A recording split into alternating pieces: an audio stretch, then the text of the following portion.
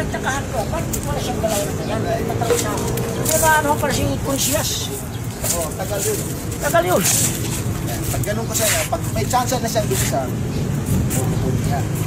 Yung una, yan, hindi niya nakuha. Ito niya nakuha sa pangalawa. So doon na yun, umapla yung ano galawin yung design sa tuloy-tuloy na galaw. Saan ba? Ito, nakuha niya ako doon.